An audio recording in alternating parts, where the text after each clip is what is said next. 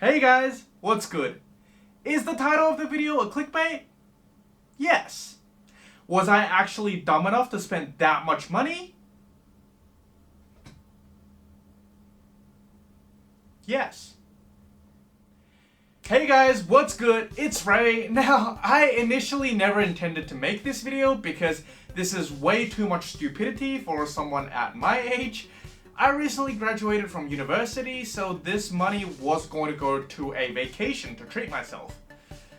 But then plans change, things do change, people change, and that wasn't the plan anymore. So I was like, what do I do with the money? Because I saved for this for a long time. I didn't just want to put it back in my bank account. So one day, it was around 2 weeks ago, when I was watching a Pokemon trailer, I was like, I got an idea. So what I've decided to do over the past 2 weeks also is try and buy every single special edition console I can find on the market that's relevant to Pokemon in preparation for Pokemon Sword and Shield. So with that said, please come with me on this journey of how not to spend your money. Let's get started. So I'll go by generations, and the first items to be displayed are these three 2DS systems, which are special edition for the 20th anniversary, which obviously represents the Pokemon Red, Pokemon Blue, and Pokemon Yellow from Gen 1. Now, these items were actually really good steals for me because I got all three of them in a bundle on an eBay bid for 450 Australian dollars. I was really surprised I was able to win the bid because any of these items could individually go for more than 200 Australian dollars on eBay really easily. I remember it was a while back and I saw this bid on eBay and I was like, 450 for all three of them? It's not like I'm gonna win, but sure, I'll chuck down 450 and see if anyone bids, and I'll see what my maximum price range is. And then a week later, they're like, no one else bid it. You won. And I was like, that makes no sense, but that worked in my favor.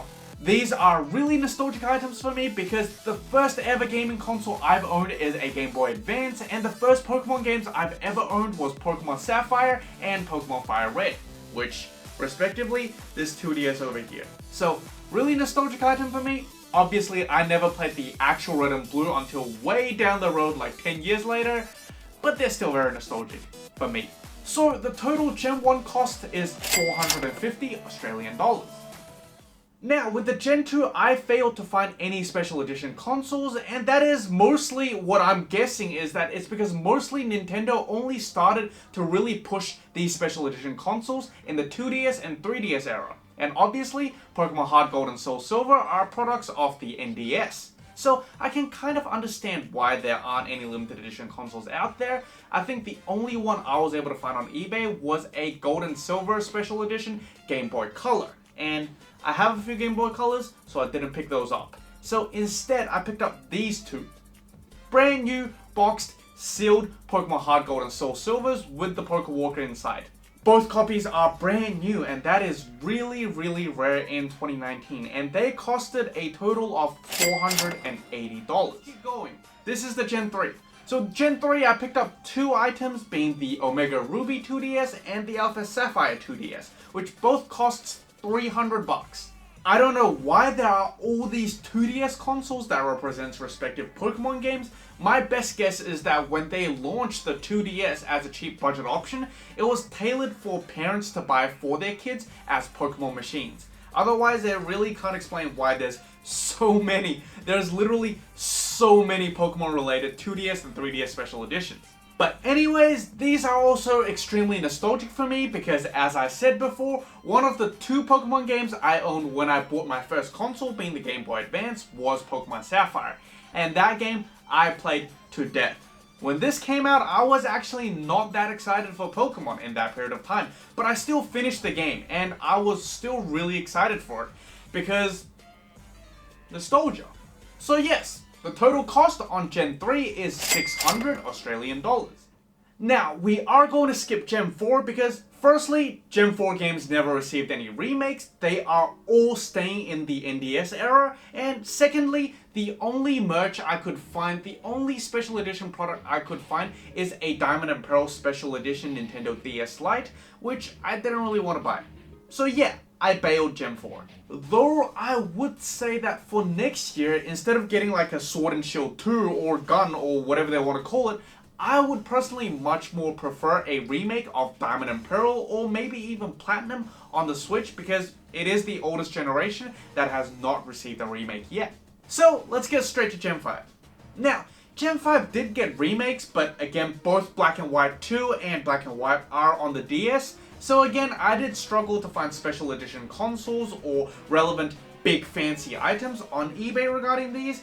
But I realized, oh, I don't actually have the games boxed. I still had loose copies of my Pokemon Black and White, but I can't find the boxes anywhere.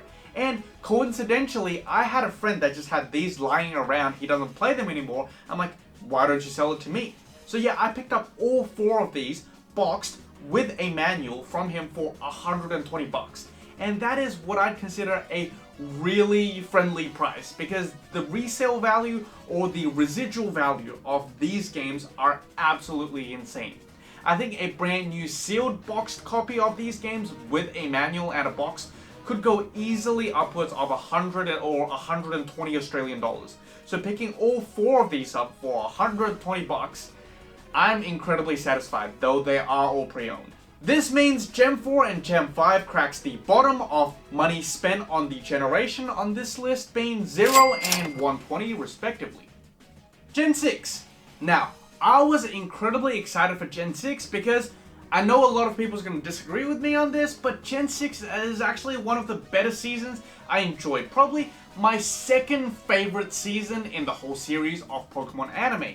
And a lot of people will disagree with me there, saying that, oh, you know, Ash's Greninja couldn't have possibly lost to that Charizard X. But are we really going to ignore the fact that Pikachu took down both Metagross and Tyranitar by himself, which is also statistically impossible if we really want to go by gaming stats? So, I'm not too fussed about it. I mean, it's not as disgusting as Season 4, where when Ash is doing all well, this Tobias guy just came out of nowhere with a bunch of legendary Pokemons and just smashed everybody. Like, that was better than Gen 6 to some people, and I don't entirely understand that. Anyways, we got off topic. Back to the consoles themselves. So, back to the consoles themselves. Obviously, these 2 consoles are finally not 2DSs anymore, they are 3DS XLs. But unfortunately, I was only able to find a brand new sealed copy of this Nintendo 3DS XL for the X edition. With the Y edition, it is pre-owned, though it's got the box. So you can actually see the box is a lot more worn out compared to the X one, because the X one is in absolutely mint condition. Which means the price discrepancy of these 2 systems are by far the largest on this list, with the X1 being 400 Australian dollars and the Y1 being around 170 to 180 Australian dollars. This means the total cost spent on Gen 6 is $580. Gen 7. So I bought 2 different Gen 7 consoles, both being Sun and Moon Special Editions, one being a brand new 2DS and one being a pre-owned 3DS XL. So the 2DS came straight from Japan and, as far as my knowledge, is a Japan exclusive. Correct me if I'm wrong there. And the pre-owned 3DS XL is the only console on this list I picked up from my local EB Games, and is also the only console on this list that didn't come with a box. So I was very indecisive when picking this up because it doesn't come with a box, it comes with a genuine pre-owned 3DS box from EB Games, and I was like, it comes without the box, and I'm just like, should I pick it up? And yeah, I did. Now, obviously I have all the Gen 7 games, but I'm not going to include them because they were purchased at launch and they are technically not a part of this video. Which means the total cost of Gen 7 is $193 for the brand new 2DS and $178 for the pre-owned 3DS XL. Which means the total would be $371.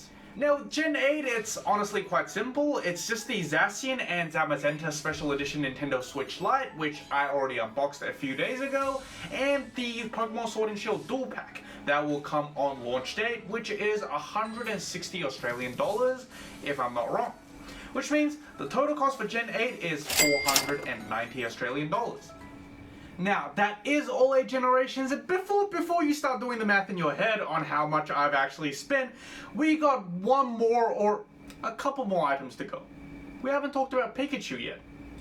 So here on the table I have two different items, being a special edition 2DS XL which got marked up crazily on eBay for a bit, and honestly I really regret not picking this up on launch day. And a Nintendo 3DS XL that's also Pikachu Special Edition, and as far as my knowledge is a North America exclusive. And I got one more item which is also the most impressive item on this list. Give me a second. And here we go. I don't even know if you can see me at this point, but here we go. A Pikachu Edition N64 that is boxed. And I got this for like 250 Australian dollars. I strongly doubt you're going to be able to see me. I'm going to put it like this. I got this for like 250 Australian dollars, and I consider that a pretty big steal for a special edition console that's been around for 20 years and is in a box. So I think the total price is 250 on this, 260 on this one, and 270 on this one, and 490 on this one, which is a crazy markup. Which means the total spend on these three items are 1,010 Australian dollars. By far the top of the list. And shows my appreciation for Pikachu. Okay, so first of all, I'm not going to put everything back on the table. That's going to be a tedious process. And second, I've done the math for you. What I've spent on this whole journey is $4,101.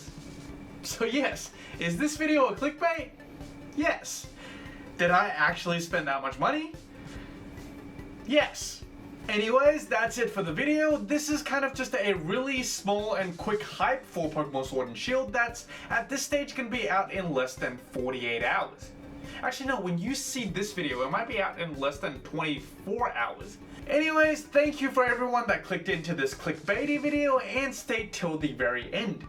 I'm super excited for Pokémon Sword and Shield, and I'm going to pick it up at 12 midnight on Friday, Australian Eastern Standard Time. And shortly after that, I'm going to upload the first hour of the playthrough. And if everything goes as expected, I am going to upload the whole playthrough of Pokémon Sword and Shield on my channel. So if you guys are interested, please stay tuned, and I'll see you guys on Friday. Bye!